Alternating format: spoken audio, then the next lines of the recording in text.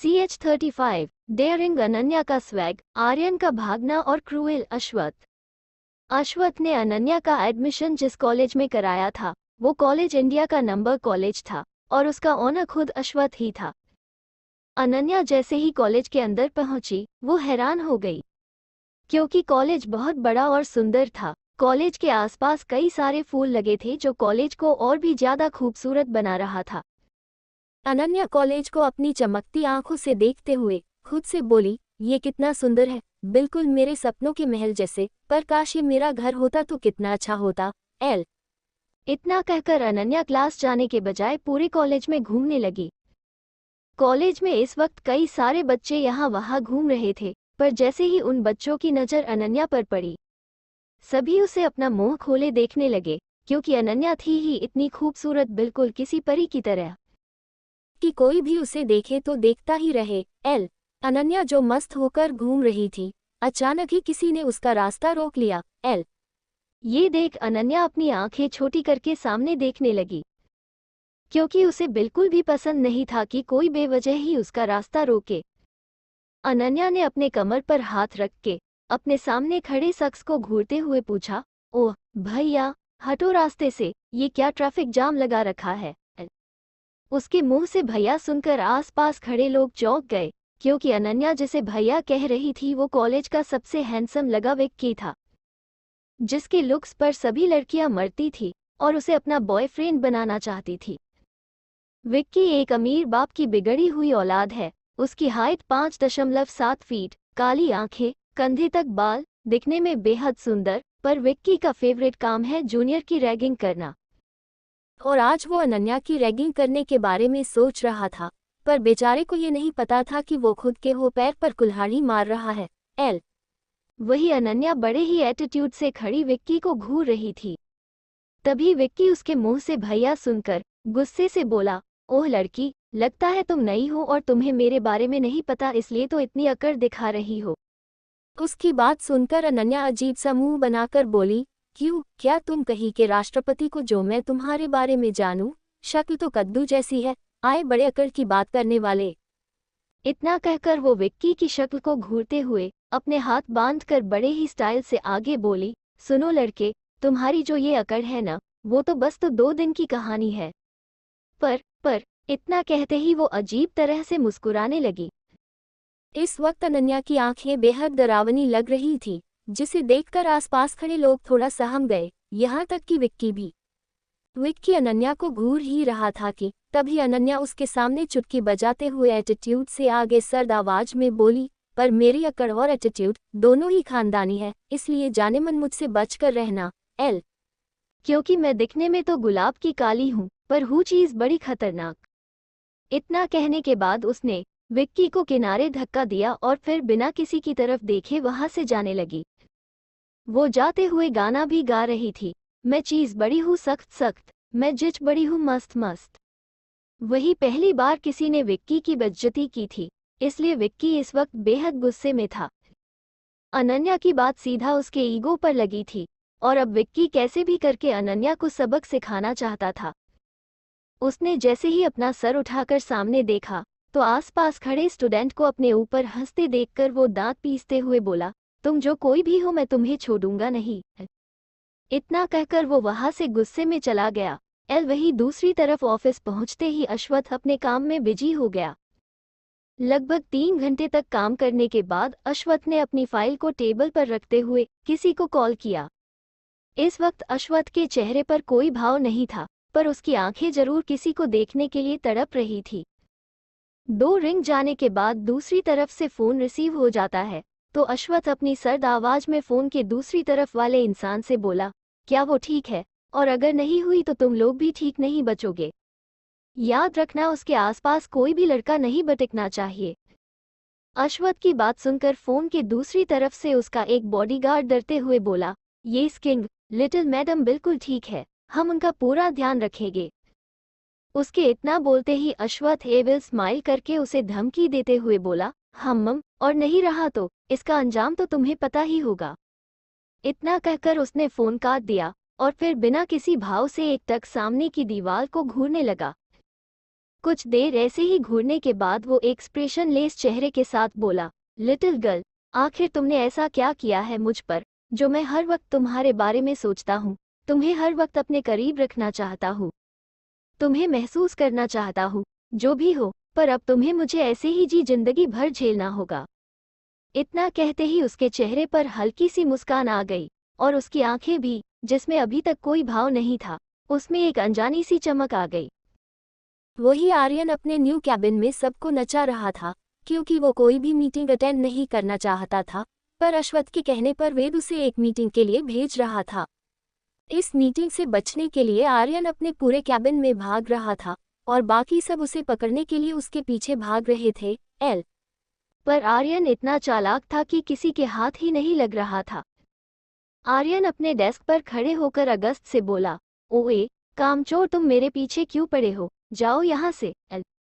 उसकी बात सुनकर अगस्त, वेद और अंश एक दूसरे को देखने लगे। फिर वेद आर्यन को समझाते हुए बोला, आर्यन बच्चों जैसी हरकत मत करो, अंश के साथ जाओ, मीटिंग का वक्त हो रहा है। इतना कहकर वेद ने अंश से धीरे से कहा, मैं उसका ध्यान भटकाता हूँ, तुम इसे पकड़ो। उसकी बात सुनकर अंश ने अपनी पलकें झपका दी। वही आर्यन भले ही बेवकूफ दिखता है, पर वो बेवकूफ नहीं था कि लोगों के इरादे न समझ पाए। आर्यन समझ चुका था कि अंश क्या करने वाला है, इसलिए वो बचने के लिए डेस्क से कूद गया।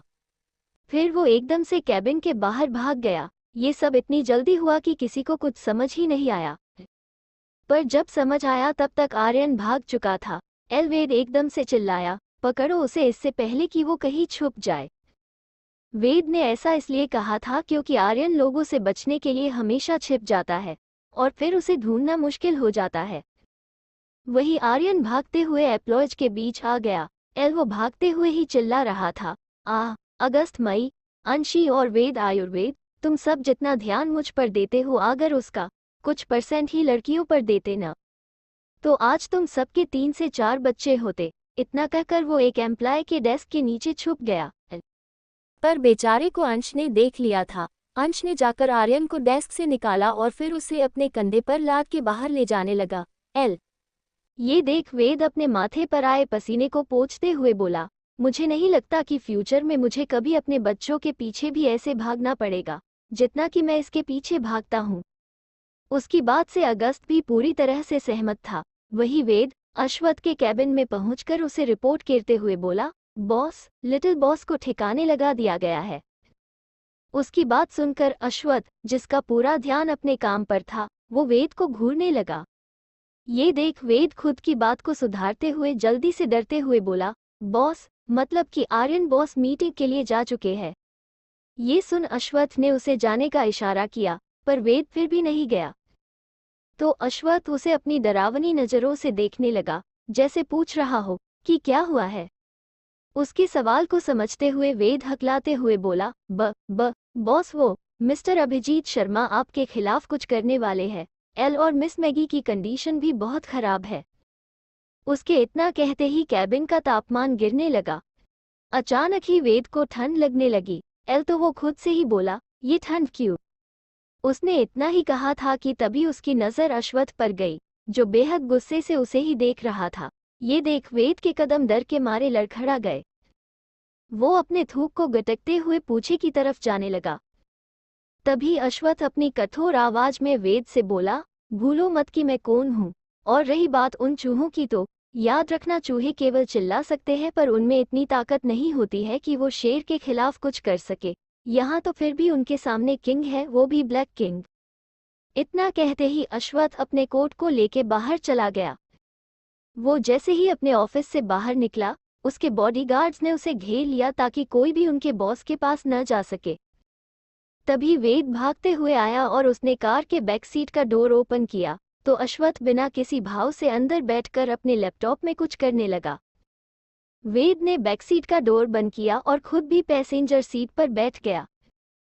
उसके बैठते ही ड्राइवर ने कार स्टार्ट कर दी। अभी कार मुश्किल से 50 मीटर ही चली थी कि अचानक ही उसके सामने मिस्टर अभिजीत जी आ गए। ये देख ड्राइवर ने तुरंत कार रोक दी। वहीं पीछे बैठे अश्वथ ने कार के रुकते ही गुस्से से ड्राइवर को देखा, तो ड्राइवर डरते हुए जल्दी से बोला, बॉस, कोई सामने है। इतना कहकर वो सामने की तरफ इशारा करने लगा। एल तो अश्वथ ने भी सामने देखा तो अचानक ही उसके चेहरे पर डरावनी मुस्कान आ गई। वो ड्राइवर से बोला, अगर वो नहीं हटते हैं तो उड़ा दो उन्हें। इतना कहकर वो ड्राइवर को घूरने लगा। एल तो ड्राइवर ने डरते हुए की कार को स्टार्ट करके आगे बढ़ा दिया। ये देख अभिजीत जी जो अश्वथ से मिलने आए थे वो डरते हुए मन में बोले, नहीं अश्वथ कभी भी मुझ पर कर नहीं चढ़ाएगा, उसे रोककर मुझसे बात करना ही होगा। वो ये सब सोच ही रहे थे कि तभी उन्होंने देखा कार उनकी तरफ तेजी से बढ़ रही है। ये देख उसकी आंखें शौक से फैल गई। तभी उनके बॉडीगार्ड ने जल्दी से रिएक्ट किया और उन्हें खींचकर दूसरी तरफ धकेल दिया। अगर मिस्टर अभिजीत जी के बॉडीगार्ड ने थोड़ी सी भी देर की होती तो आज अभिजीत जी सही सलामत न होते। वही अभिजीत जी को तो यकीन नहीं हो रहा था कि अश्वथ इतना पत्थर दिल है कि वो उन्हें भी मारने वाला था। ये सोचते ही उन्हें गुस्सा आने लगा। वही अनन्या अपने 2 क्लास को अटेंड कर चुकी थी, पर अब उसका मन बाहर घूमने का कर रहा था। इसलिए वो सबसे छुपाते छुपाते कॉलेज के पीछे की बाउंड्री को पार करके भाग गई। सबसे बड़ी बात कि इस बारे में अश्वथ के बॉडीगार्ड को पता ही नहीं चला, क्योंकि जिस एरिया से अनन्या भागी थी वहां केवल गर्ल्स ही अलाउड थी। CH-35 डेयरिंग अनन्या का स्वैग, आर्यन का भागना और क्रूएल अश्वथ। अश्वथ ने अनन्या का एडमिशन जिस कॉलेज में कराया था वो कॉलेज इंडिया का नंबर कॉलेज था और उसका ओनर खुद अश्वथ ही था। अनन्या जैसे ही कॉलेज के अंदर पहुंची वो हैरान हो गई, क्योंकि कॉलेज बहुत बड़ा और सुंदर था। कॉलेज के आसपास कई सारे फूल लगे थे जो कॉलेज को और भी ज्यादा खूबसूरत बना रहा था।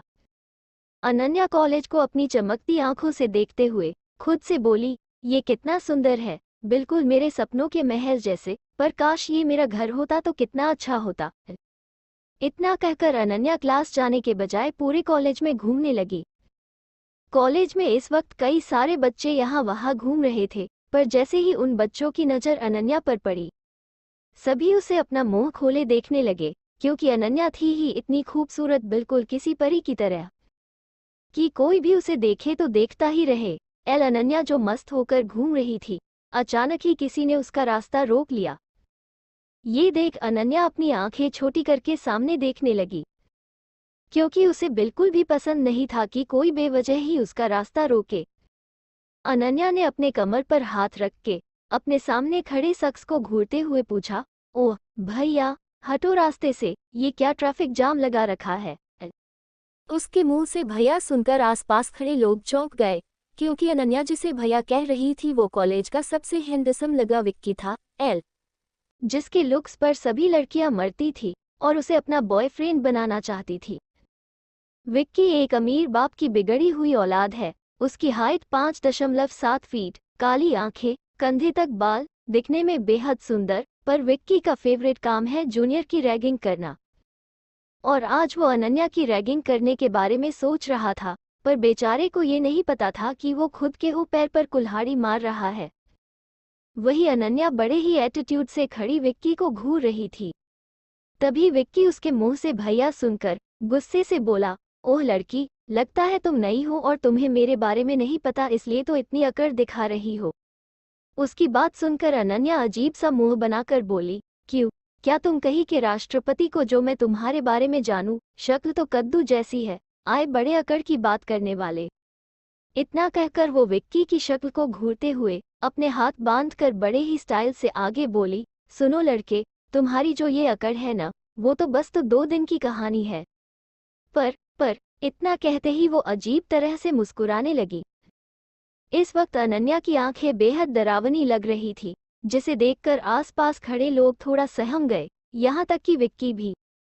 विक्की अनन्या को घूर ही रहा था कि तभी अनन्या उसके सामने चुटकी बजाते हुए एटीट्यूड से आगे सर्द आवाज में बोली, पर मेरी अकड़ और एटीट्यूड दोनों ही खानदानी है, इसलिए जाने मन मुझसे बच कर रहना, क्योंकि मैं दिखने में तो गुलाब की काली हूँ, पर हूँ चीज बड़ी खतरनाक।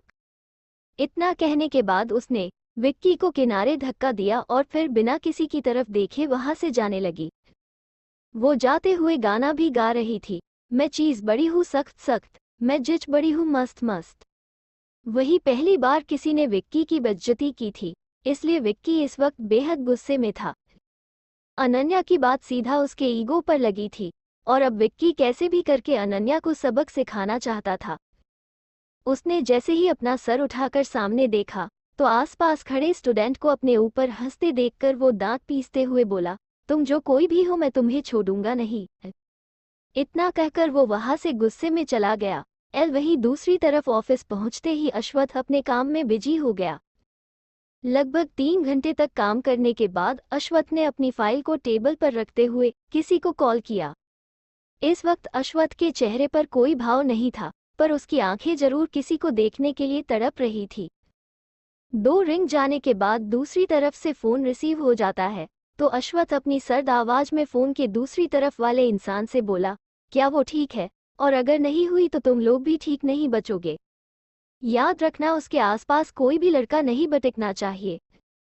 अश्वथ की बात सुनकर फोन के दूसरी तरफ से उसका एक बॉडीगार्ड डरते हुए बोला, ये किंग लिटिल मैडम बिल्कुल ठीक है, हम उनका पूरा ध्यान रखेंगे। उसके इतना बोलते ही अश्वथ एविल स्माइल करके उसे धमकी देते हुए बोला, हम और नहीं रहा तो इसका अंजाम तो तुम्हें पता ही होगा।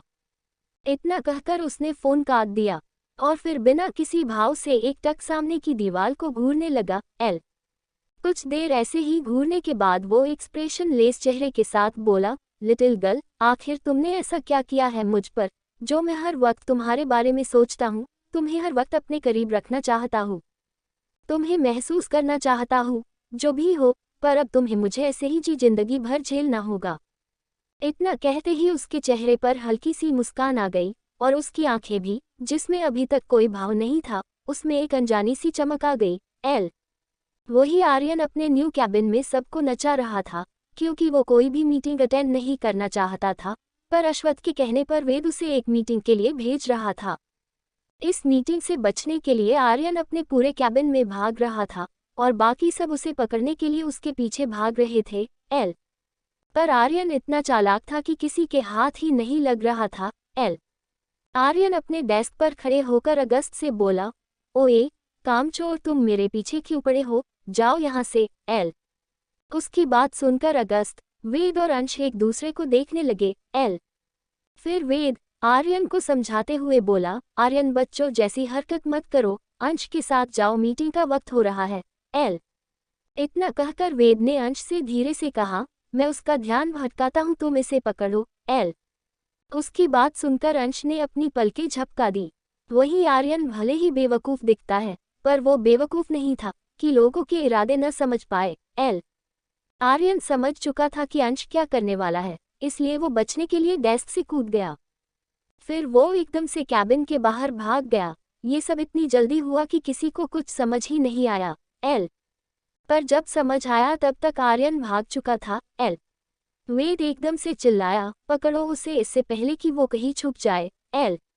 वेद ने ऐसा इसलिए कहा था क्योंकि आर्यन लोगों से बचने के लिए हमेशा छिप जाता है और फिर उसे ढूंढना मुश्किल हो जाता है।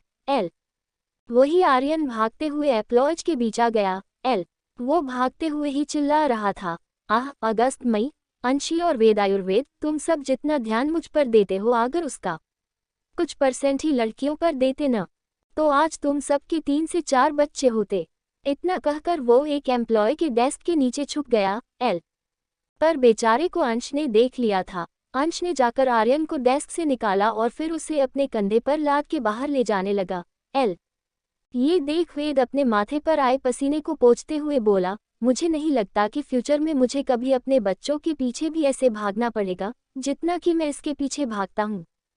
उसकी बात से अगस्त भी पूरी तरह से सहमत था। वही वेद अश्वथ के कैबिन में पहुंचकर उसे रिपोर्ट करते हुए बोला, बॉस, लिटिल बॉस को ठिकाने लगा दिया गया है। उसकी बात सुनकर अश्वथ, जिसका पूरा ध्यान अपने काम पर था, वो वेद को घूरने लगा। ये देख वेद खुद की बात को सुधारते हुए जल्दी से डरते हुए बोला, बॉस, मतलब कि आर्यन बॉस मीटिंग के लिए जा चुके हैं। ये सुन अश्वथ ने उसे जाने का इशारा किया, पर वेद फिर भी नहीं गया। तो अश्वथ उसे अपनी डरावनी नजरों से देखने लगा, जैसे पूछ रहा हो कि क्या हुआ है। उसके सवाल को समझते हुए वेद हकलाते हुए बोला, बॉस, वो मिस्टर अभिजीत शर्मा आपके खिलाफ कुछ करने वाले हैं। और मिस मैगी की कंडीशन भी बहुत खराब है। उसके इतना कहते ही कैबिन का तापमान गिरने लगा। अचानक ही वेद को ठंड लगने लगी। तो वो खुद से ही बोला, ये ठंड क्यों? उसने इतना ही कहा था कि तभी उसकी नज़र अश्वत्थ पर गई, जो बेहद गुस्से से उसे ही देख रहा था। ये देख वेद के कदम डर के मारे लड़खड़ा गए। वो अपने थूक को गटकते हुए पूछे की तरफ जाने लगा। तभी अश्वत्थ अपनी कठोर आवाज में वेद से बोला, भूलो मत कि मैं कौन हूँ। और रही बात उन चूहों की, तो याद रखना, चूहे केवल चिल्ला सकते हैं पर उनमें इतनी ताकत नहीं होती है कि वो शेर के खिलाफ कुछ कर सके। यहाँ तो फिर भी उनके सामने किंग है, वो भी ब्लैक किंग। इतना कहते ही अश्वत्थ अपने कोट को लेके बाहर चला गया।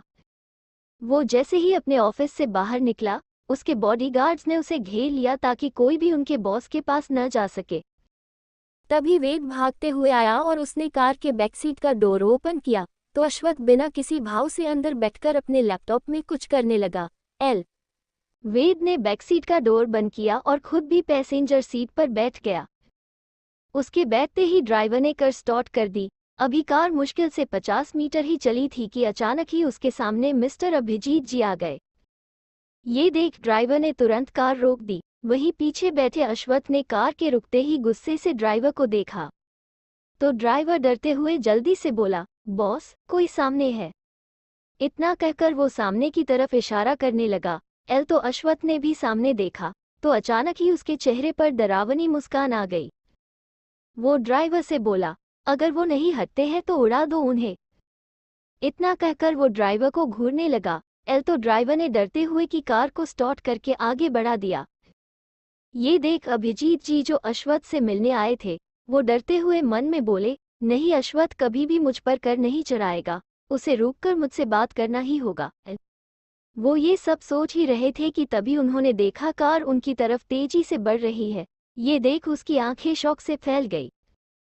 तभी उनके बॉडीगार्ड ने जल्दी से रिएक्ट किया और उन्हें खींचकर दूसरी तरफ धकेल दिया। अगर मिस्टर अभिजीत जी के बॉडीगार्ड ने थोड़ी सी भी देर की होती तो आज अभिजीत जी सही सलामत न होते।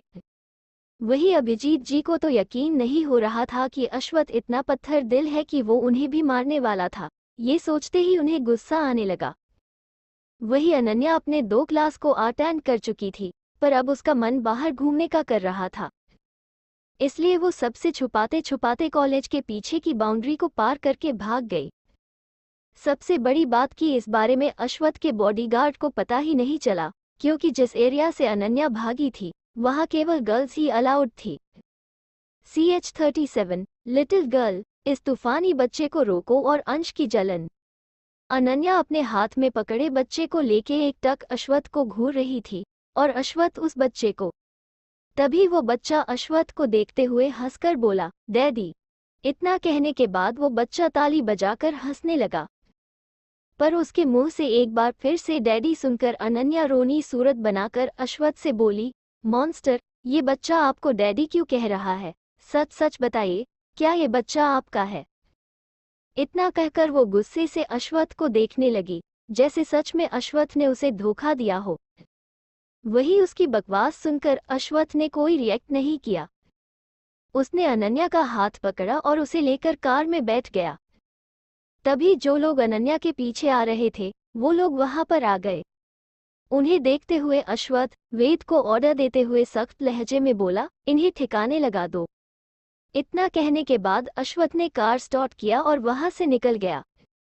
पूरे रास्ते अनन्या ने अश्वत्थ को खूब सुनाया कि उसने उसको धोखा दिया है, और अश्वत्थ उसकी बकबक पूरी रास्ते सुनता रहा। उसे अनन्या पर गुस्सा तो बहुत आ रहा था, लेकिन वो इस वक्त कुछ नहीं करना चाहता था। कुछ देर बाद वो दोनों अश्वत्थ के विला पहुंच गए। अश्वत्थ जैसे ही कार से उतरा, दूसरे साइड जाकर उसने अनन्या को कार से निकला और उसे खींचते हुए विला के अंदर ले जाने लगा। अंदर पहुंचते ही अश्वत्थ ने अनन्या को सोफे पर पटकते हुए गुस्से से पूछा, मैंने तुम्हें कॉलेज भेजा था, पर तुम वहां से भागी क्यों? Answer me little girl. इतना कहकर अश्वत्थ बेहद गुस्से से अनन्या को देखने लगा। अश्वत्थ सच में बहुत ही गुस्से में था, क्योंकि अनन्या ने आज जो किया था उसके कारण अनन्या की जान भी जा सकती थी, और इस बात का अंदाजा अनन्या को बिल्कुल भी नहीं था। वही अश्वत्थ के इस तरह पटकने से अनन्या उस बच्चे को लेके सोफे पर गिर गई। सोफे पर गिरते ही वो बच्चा अनन्या से दूर होके चिल्लाया, बैद डैडी। इतना कहकर वो गुस्से से अश्वत्थ को घूरने लगा। एल उस बच्चे को खुद पर चिल्लाता देखकर अश्वत्थ की भौहें चढ़ गई। उसे यकीन नहीं हो रहा था कि एक 2.5 साल का बच्चा उस पर गुस्सा कर रहा है। इसलिए वो उस बच्चे को उंगली दिखाते हुए दांत पीसकर बोला, ओए छोटे सिम कार्ड, बेहतर होगा कि तुम मेरे और मेरी लिटिल गर्ल के बीच मत आओ समझे, वरना मैं तुम्हारे साथ क्या कर सकता हूँ ये तुम कभी सोच भी नहीं सकते। इतना कहकर अश्वत्थ अपनी लाल आंखों से उस बच्चे को देखने लगा। अश्वत्थ को लग रहा था कि उसके डराने से वो बच्चा डर जाएगा, पर ऐसा कुछ भी नहीं हुआ।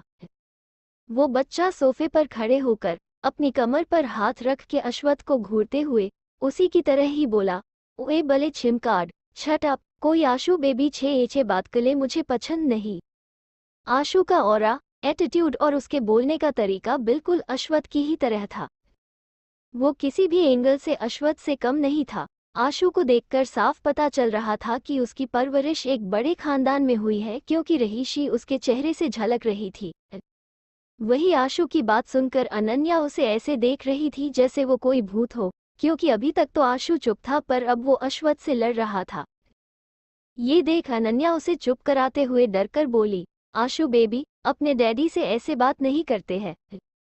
अनन्या उसे इसलिए चुप करा रही थी क्योंकि अश्वत्थ आशु को ही अपनी जलती हुई नजरों से घूर रहा था। एल अश्वत्थ आशु को घूरते हुए अचानक जाकर उसके सामने खड़े होकर बड़े ही रौबदार तरीके से बोला, आज तक कोई ऐसा पैदा नहीं हुआ है जो अश्वत्थ सिंह राठौर यानी किंग को चुप करा सके बच्चे। इसलिए बेहतर होगा कि तुम अपना ये छोटा सा मुंह बंद रखो। इतना कहने के बाद वो अनन्या से सख्त लहजे में बोला, लिटिल गर्ल, तुमने भागकर अच्छा नहीं किया है, इसकी पेनिशमेंट तो तुम्हें मिलेगी। पेनिशमेंट का नाम सुनकर अनन्या का चेहरा मुरझा गया, मगर फिर कुछ याद आते ही वो अश्वत्थ पर भड़कते हुए बोली, मॉन्स्टर, आप मुझे कोई पेनिशमेंट नहीं दे सकते हैं। वो तो अच्छा हुआ कि मैं कॉलेज से भाग गई, वरना मैं आपका ये राज और आपका ये घिनौना चेहरा कैसे देख पाती। ये सब अनन्या ने काफी तेज आवाज में कहा था, इसलिए आसपास जो नौकर काम कर रहे थे उन्होंने भी उसकी बात सुन ली थी, और अब वो सब अजीब नजरों से अश्वत्थ को देख रहे थे। ये सब अब अश्वत्थ से बर्दाश्त नहीं हो रहा था, इसलिए उसने एक झटके से अनन्या को खुद से चिपकाते हुए सर्द आवाज में कहा, लिटिल गर्ल, मुझे कुछ गलत करने पर मजबूर मत करो। ये मैं पहली और आखिरी बार कह रहा हूँ, ये बच्चा मेरा नहीं है, और इसके बाद अब मुझे कोई बकवास नहीं सुनना है। ओह। अश्वत्थ अभी भी अनन्या को बिना किसी भाव से देख रहा था, पर अनन्या आज रुकने वाली नहीं थी। उसने रोते हुए अश्वत्थ को खुद से दूर करके कहा, मॉन्स्टर, झूठ मत बोलिए, आशु आपको डैडी कह रहा है और उसका चेहरा तो देखिए, वो भी आपसे मिलता है। आप मान क्यों नहीं लेते कि वो आपका ही बेटा है? मॉन्स्टर, अब मैं आपके साथ नहीं। शट अप, अनन्या को बीच में ही रोकते हुए अश्वत्थ अपनी डरावनी आवाज में बोला। फिर उसने अनन्या के जबड़े को कसके पकड़कर आगे बिना किसी भाव से कहा, लिटिल गर्ल, लगता है मैंने तुम्हें कुछ ज्यादा ही छूट दे दी। आ। इतना बोलते ही अश्वत्थ के मुंह से हल्की सी आह निकल है। तभी एक जोरदार आवाज के साथ कुछ टूटने की आवाज आई। अनन्या पहले तो अश्वत्थ की आह सुनकर हैरान हो गई, मगर जब उसने कुछ टूटने की आवाज सुनकर उस दिशा में देखा था, वो शौक रहे बिना नहीं रह सकी, क्योंकि अश्वत्थ के हाथ से लगकर फ्लावर वास टूटकर जमीन पर गिरा था। और ये फ्लावर वास किसी और ने नहीं बल्कि आशु ने ही अश्वत्थ के ऊपर बहाया था। अनन्या ने देखा अश्वत्थ के हाथ से हल्का सा खून भी बहने लगा था। ये देख वो पैनिक करते हुए घबराकर बोली, मॉन्स्टर, ये खून बह रहा है। अनन्या को घबराता देखकर अश्वत्थ गुस्से से आशु को देखने लगा, तो आशु ने दूसरा वास उठाकर भी अश्वत्थ के ऊपर फेंक दिया। अब तो अश्वत्थ के सब्र की सीमा खत्म हो चुकी थी। अब वो और इस बच्चे को टॉलरेट नहीं कर सकता था, इसलिए वो आशु को पकड़ने के लिए उसकी तरफ बढ़ने लगा। ये देखकर आशु बिल्कुल भी नहीं घबराया, बल्कि वो अपनी जगह से भागते हुए अश्वत्थ से बोला, पकड़ो मुझे बैडमैन। इतना कहकर आशु सोफे के पीछे भाग गया, तो अश्वत्थ भी उधर जाने लगा। ये देख आशु डेविल स्माइल करके सोफे के नीचे से घुसकर दूसरी साइड आ गया, और फिर उसने अश्वत्थ को देखकर उसका मजाक उड़ाते हुए कहा, पकड़ो मॉन्स्टर डैडी, आ। इतना कहकर उसने हंसते हुए टेबल पर रखा वास फिर से अश्वत्थ के ऊपर फेंक दिया और फिर भागते हुए डाइनिंग टेबल की तरफ जाने लगा। ये देख अश्वत्थ के चेहरे पर इविल स्माइल आ गई। वो खुद से ही बोला, अब तुम्हें मुझसे कौन बचाएगा बच्चे। इतना कहते ही वो फुल स्पीड से भागते हुए आशु के पास पहुंच गया। फिर उसने जैसे ही आशु को पकड़ने के लिए अपना हाथ बढ़ाया, तभी आशु जल्दी से डाइनिंग टेबल के नीचे घुस गया। अब तो नजारा ये था कि आशु आगे आगे भाग रहा था और अश्वत्थ उसके पीछे पीछे, और रास्ते में जो भी सामान मिल रहा था दोनों ही उसे एक दूसरे के ऊपर फेंक रहे थे, जिस कारण पूरा हॉल और डाइनिंग टेबल, यही नहीं बल्कि किचन भी तहस नहस हो गया था। वही अपने सामने का नजारा देखकर अनन्या और सभी नौकर शोक थे। वेद, जो अभी ही घर के अंदर आया था, वो भी अश्वत्थ और आशु को देखकर हैरान हो गया। फिर वो पूरे घर की हालत देखकर खुद से बोला, हाँ ये सब क्या है, और ये बॉस क्यों इस बच्चे के साथ खेल रहे हैं। अरे खेलना है तो बाहर जाए, घर का सामान क्यों तोड़ रहे हैं। उसने अभी इतना ही कहा था कि तभी आशु ने जो जूता अश्वत्थ की तरफ फेंका था, गलती से वो जाकर वेद के सर पर लगा।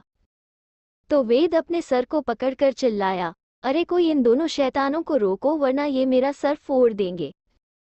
उसकी आवाज इतनी तेज थी कि सभी उसे देखने लगे। आशु तो अपना मुंह बनाकर बोला, कमजोर बच्चे हो। उसकी बात को अश्वत्थ ने भी सुन लिया था और वो अब आशु को घूर रहा था, क्योंकि वो आशु नाम की इस मुसीबत से चिढ़ चुका था। इसलिए वो अनन्या को घूरते हुए दांत पीस कर बोला, लिटिल गर्ल, इस तूफान को संभालो, ये बच्चा नहीं आफत है। इतना सुनते ही अनन्या ने जाकर तुरंत आशु को गोद में उठाकर उसे पूछा, बेबी आप ठीक तो हो न, आपको चोट तो नहीं लगी। इतना कहकर अनन्या आशु को चेक करने लगी। पर उसकी बात सुनकर अश्वत्थ मन में बोला कि चोट तो उसे लगी है, फिर उसकी लिटिल गर्ल इस शैतान बच्चे से क्यों पूछ रही है। अश्वत्थ को इस वक्त आशु से बहुत ही जलन हो रही थी। वहीं दूसरी तरफ अर्शी के ऑफिस में अर्शी इस समय आर्यन को घूर रही थी, गुस्से से नहीं बल्कि प्यार से, क्योंकि उसे आर्यन बहुत ही क्यूट लग रहा था। वो दिन ब दिन आर्यन की तरफ आकर्षित हो रही थी, ऐसा क्यों है उसे खुद भी नहीं पता था। अर्शी और आर्यन इस वक्त लिफ्ट से नीचे जा रहे थे। तभी अर्शी की नज़र आर्यन के होठों पर गई तो उसने कसके अपनी आंखें बंद कर ली।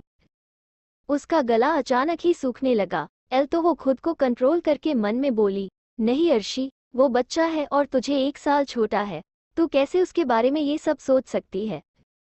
इतना कहकर वो उसने आर्यन की तरफ अपनी पीठ कर ली, पर जब वो खुद को और नहीं रोक पाई तो उसने एकदम से आर्यन को लिफ्ट की वाल से सटा दिया और फिर उसे वाइल्ड किस करने लगी। उसकी इस हरकत से आर्यन एकदम ब्लैंक हो गया। वही अंश नीचे आर्यन का इंतजार कर रहा था, तभी उसकी नज़र कनिका पर पड़ी तो वो बस उसे देखता ही रह गया, क्योंकि कनिका ने आज पिंक कलर की मिडी पहनी हुई थी जिसमें वो बहुत ही ज्यादा खूबसूरत लग रही थी।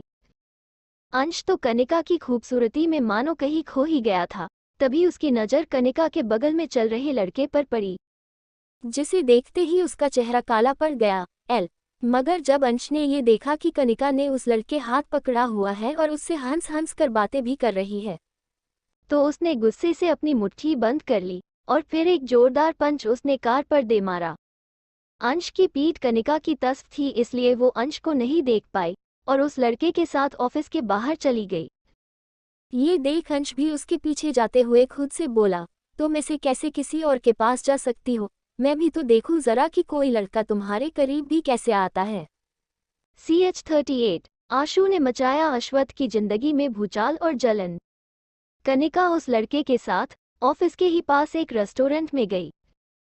कनिका को इस बात का बिल्कुल भी अंदाजा नहीं था कि अंश उसका पीछा कर रहा है। वो तो मस्त होकर उस लड़के के साथ रेस्टोरेंट के अंदर सबसे किनारे वाली टेबल पर जाके बैठ गई। कनिका जिस टेबल पर बैठी थी वहां से नीचे का नजारा साफ नजर आ रहा था। उनसे ही कुछ दूरी पर अंश भी जाकर बैठ गया।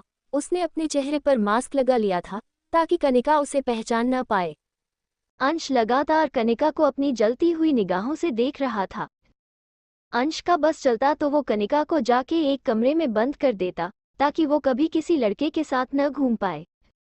वही कनिका अपने दोनों हाथ टेबल पर रख के अपने सामने बैठे लड़के से बोली, हे हैंडसम, सालों पहले भी तुम हैंडसम थे और अब तो और भी ज्यादा हो गए हो। इतना कहकर कनिका अमन को घूरने लगी। एल तो अमन कनिका के मुंह से अपनी तारीफ सुनकर थोड़ा शर्माते हुए बोला, कन्नू तुम भी न, चलो ये छोड़ो। इतना कहकर उसने कनिका का हाथ पकड़कर फ्लर्ट करते हुए आगे कहा, वैसे तुम भी बहुत खूबसूरत हो गई हो, क्या तुम्हारा कोई बॉयफ्रेंड है? अगर नहीं है तो क्या मैं ट्राई कर सकता हूँ? इतना कहकर उसने अपनी एक आंख विंक कर दी। एल उसके बाद वो और कनिका दोनों ही हंसने लगे। वही उनकी हंसी अंश के कानों में चुभ रही थी, क्योंकि उसे कनिका का यूं दूसरे मर्द के साथ फ्लर्ट करना और हंसना बिल्कुल भी बर्दाश्त नहीं हो रहा था। अंश गुस्से से अपनी मुट्ठी कसते हुए मन में बोला, ये लड़की खुद को समझती क्या है, इसे मैं छोड़ूंगा नहीं। अंश अभी इतना ही बोला था कि तभी उसने देखा कनिका अपनी जगह से उठकर वॉशरूम की तरफ जा रही है। ये देखते ही उसके चेहरे पर चमक आ गई, फिर वो एविल स्माइल करके उसके पीछे जाने लगा। कनिका वॉशरूम में जैसे ही पहुंची, अंशी भी उसके पीछे वॉशरूम में घुस गया। फिर उसने जल्दी से दरवाजा बंद करके कनिका को दीवार से सटा दिया। ये सब इतनी जल्दी हुआ कि कनिका कुछ रिएक्ट ही नहीं कर पाई। पर जब तक कनिका को कुछ समझ आता तब तक बहुत देर हो चुकी थी। वो अंश की मजबूत बाहों में कैद हो चुकी थी। अंश इस वक्त कनिका के बहुत करीब था। वो कनिका के ऊपर अपनी गर्म सांसें छोड़ते हुए सर्द आवाज में बोला, कनिका, ये लड़का कौन है जिससे तुम इतना हंस हंस कर बातें कर रही थी? एल। अंश की आवाज में उसकी जलन साफ नजर आ रही थी। एल और ये चीज कनिका भी देख पा रही थी। वो अंश को देखकर हल्का सा मुस्कुराते हुए बोली, मिस्टर अंश, कहीं तुम्हें मुझसे प्यार तो नहीं हो गया है? इतना कहकर वो अंश को खुद से दूर करने लगी। एल। पर अंश उससे दूर नहीं हुआ। उसने कनिका की बातों को इग्नोर करते हुए उससे कहा, मैं तुमसे प्यार करता हूँ या नहीं, ये मेरी प्रॉब्लम है, तुम्हें इससे क्या? और हाँ, तुम आज के बाद किसी लड़के के साथ नहीं घूमोगी। और अगर घूमी तो मैं उस लड़के की टांगे तोड़ दूंगा। इतना कहकर अंश कनिका की आंखों में देखने लगा। अंश की आंखों में कनिका के लिए चाहत साफ नजर आ रहा था, पर फिर भी अंश अपनी फीलिंग को एक्सेप्ट नहीं करना चाहता था। वही उसकी अजीब सी बात सुनकर कनिका हैरान हो गई। फिर उसने अपनी आंखें छोटी करके अंश से कहा, पागल इंसान, हटो और मुझे जाने दो।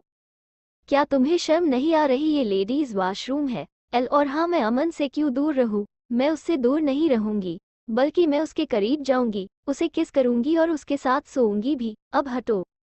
इतना कहते ही उसने जोर से अंश को धक्का देकर खुद से दूर कर दिया और बाहर जाने लगी। वो बाहर जा पाती उससे पहले ही अंश ने उसे पकड़ लिया और फिर उसे जबरदस्ती किस करने लगा।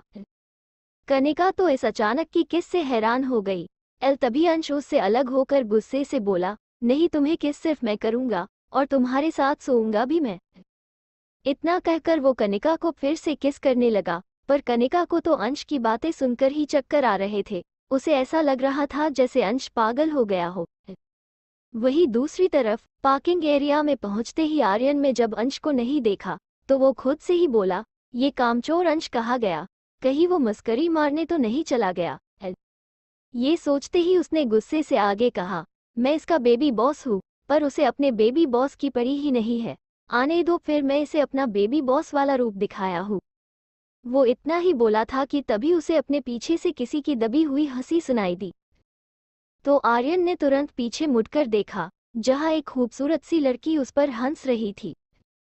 आर्यन के पलटते ही वो लड़की अपनी हंसी रोक कर उससे बोली, सॉरी, पर क्या तुम खुद को सच में बेबी बॉस बोल रहे हो? वो क्या है ना, मैंने आज तक बॉस तो सुना था, पर ये बेबी बॉस पहली बार सुना है। इतना कहकर वो फिर से हंसने लगी। एल, वही एक अनजान लड़की को खुद का मजाक उड़ाते देखकर आर्यन की आंखें छोटी हो गई। वो उस लड़की को उंगली दिखाकर गुस्से से बोला, ओए आंटी, हंसो नहीं, क्योंकि मैं अभी छोटा सा और प्यारा सा बेबी ही हूँ, जिसकी उम्र अभी सिर्फ खेलने और किंडरगार्टन जाने की है। पर भाई ने मेरे टैलेंट को देखकर मुझे ऑफिस का वाइस प्रेसिडेंट बना दिया। इतना कहकर आर्यन बड़े ही एटीट्यूड से अपने कॉलर को सही करने लगा। उसके एटीट्यूड को देख और उसकी बातें सुनकर वो लड़की स्पीचलेस हो गई। फिर उसने आर्यन को बड़े ही इंटरेस्ट से देखते हुए कहा, तुम बहुत क्यूट और प्यारे हो, क्या हम दोस्त बन सकते हैं? इतना कहकर उस लड़की ने अपना हाथ आर्यन की तरफ बढ़ा दिया। उसी वक्त अर्शी भी वहां पर आ गई और जब उसने आर्यन को एक लड़की से बात करते हुए देखा तो गुस्से से उसकी मुट्ठी बंद हो गई, क्योंकि उसे आर्यन का यूं एक लड़की से बात करना बिल्कुल भी अच्छा नहीं लग रहा था। अर्शी ने आते वक्त उस लड़की की बातें सुन ली थी और वो ये देखना चाहती थी कि क्या आर्यन उस लड़की से दोस्ती करेगा या नहीं। वही आर्यन उस लड़की के हाथ को देखते हुए अपनी आंखें मटकाकर बोला, अभी तो तुम मेरा मजाक उड़ा रही थी, इसलिए मैं तुम्हें अपना दोस्त नहीं बनाऊंगा। इतना कहते ही वो अचानक शर्माते हुए आगे बोला, और वैसे भी मैं एक लॉयल बेबी हस्बैंड हूँ।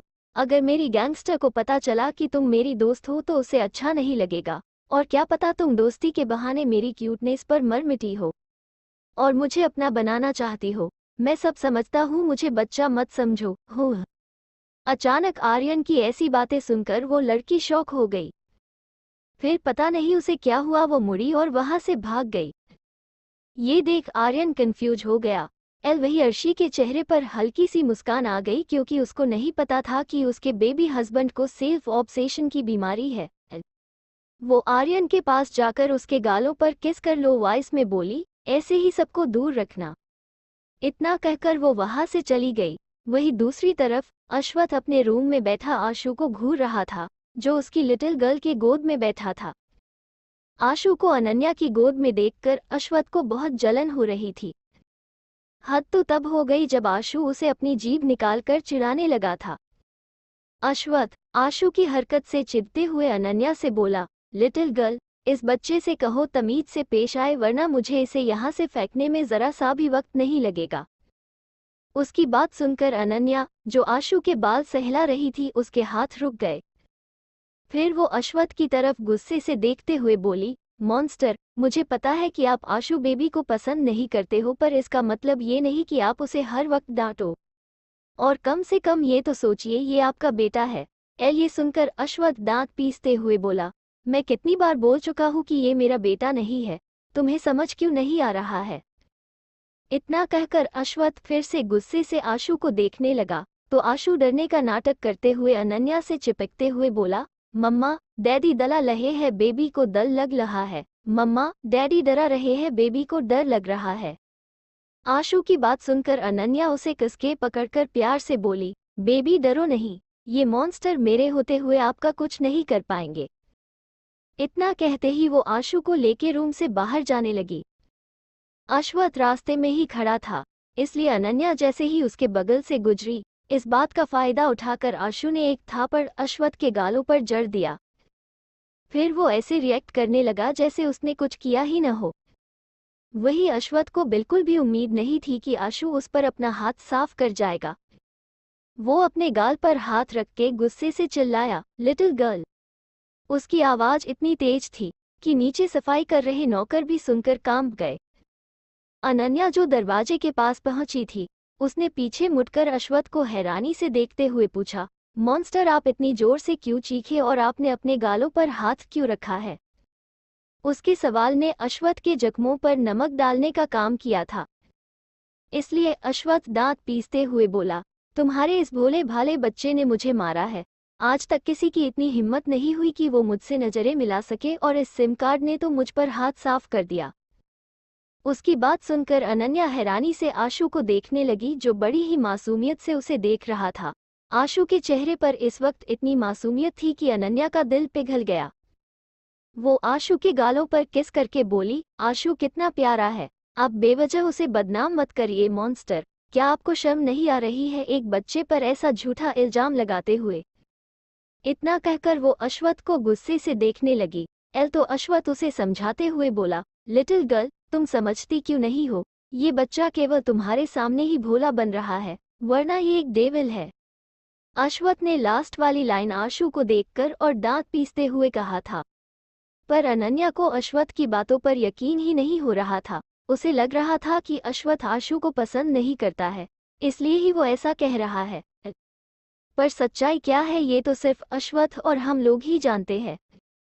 अश्वथ कुछ बोलना चाहता था, पर अनन्या उसे बीच में ही रोकते हुए बोली, मॉन्स्टर, मैं कुछ नहीं जानती, पर जब तक जिस आंटी ने आशु को मुझे दिया था वो नहीं मिल जाती तब तक आशु मेरे साथ रहेगा, और अगर आपने उसके साथ कुछ भी किया तो मैं आशु को लेके यहाँ से चली जाऊंगी।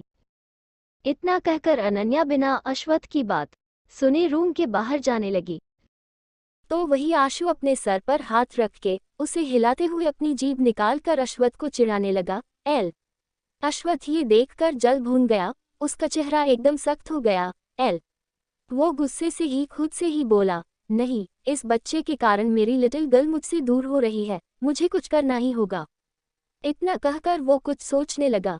तभी उसके दिमाग में एक आइडिया आया, जिसे सोचते ही उसके चेहरे पर इविल स्माइल आ गई। एल अश्वत्थ का चेहरा देखकर ऐसा लग रहा था जैसे वो कुछ बड़ा करने वाला है। एल